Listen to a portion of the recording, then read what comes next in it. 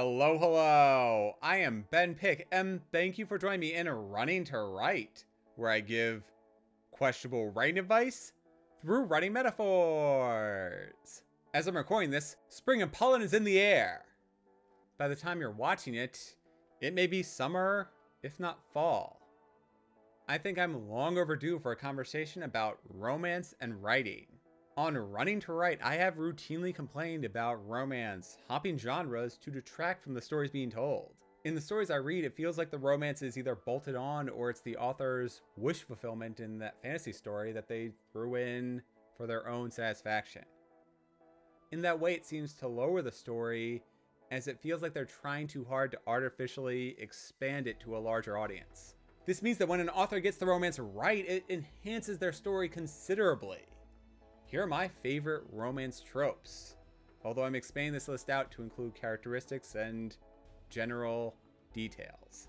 Number 1, believable. Nothing extracts me more from a story than having a romance shoved down my throat when I don't believe that the characters will ever truly fall in love. Unfortunately, this will usually come in the form of insta-love, where two characters with compatible parts will be overwhelmed by the presence of the other person immediately upon meeting them. There's a twist on this with enemies to lovers, where the characters may initially despise each other, even though there's language in there showing a physical attraction. More on that in a later point, but for now, this amounts to a paper-thin relationship where the characters are only together because they survived a crisis and there were no other options. Put simply, the romance is a reward for two characters who the story has told us are attractive.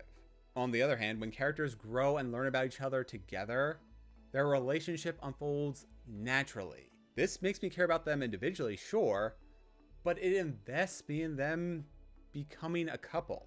This past month, I read 2 books with strong romantic plots. The first was Crazy Rich Asians, and if you want to check out my thoughts on it, go to Need the Vixen of Fiction's channel for Scripting the Book, where we as a group discuss the book compared to the movie. I also got the privilege to beta read S.E. Houston's A Curse of Scales and Feathers.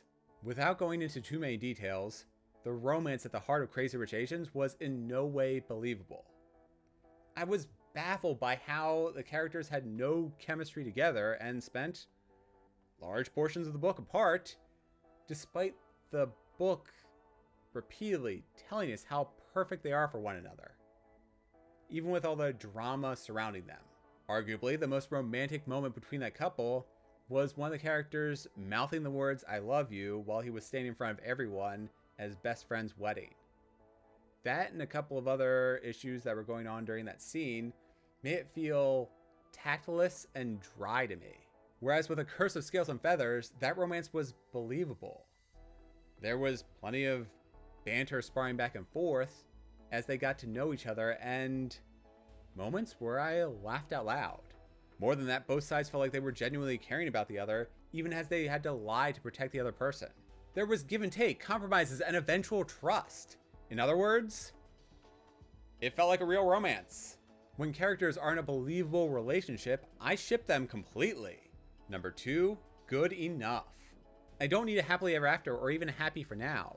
I just want to believe that the characters will still be romantically together 1 page after the book closes. They don't have to have everything in common or be a perfect match, but some common ground is a must. In fact, how their differences play off each other can spark a relationship. When I write, I imagine the characters who are romantically involved going on a normal date together when their lives aren't on the line, which is often the case in the books I write. Without that excitement, if the scene feels like it will fall flat, where the characters are eating in silence with nothing to talk to and they're continually checking their cell phones, then I have failed and I need to go back and change how those characters interact together. I've gone back in to give characters more depth and common interests, so this way their relationship will at least be good enough. Number 3, healthy relationships. This should go without saying. There's no abuse or obvious imbalance in power. Going back to my earlier point, characters who despise the other may start off by having to fight the other person. This common trope of enemies to lovers can work, except when there's abuse involved.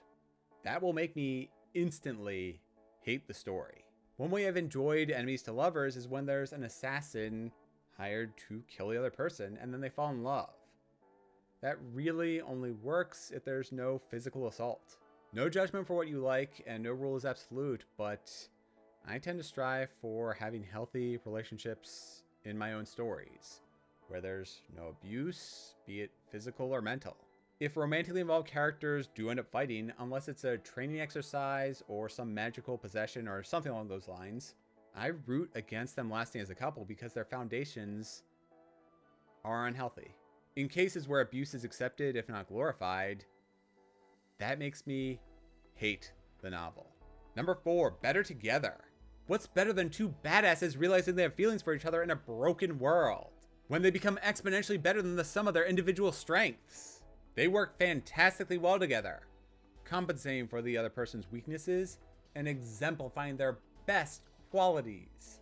That's a relationship we should strive for, on and off the page. There's a scene in Doctor Who which exemplifies this between the 11th Doctor and River Song. They're facing an overly complicated enemy who is able to erase their existence when they're not in line of sight. Unless you are looking at the silence, you forget they're there.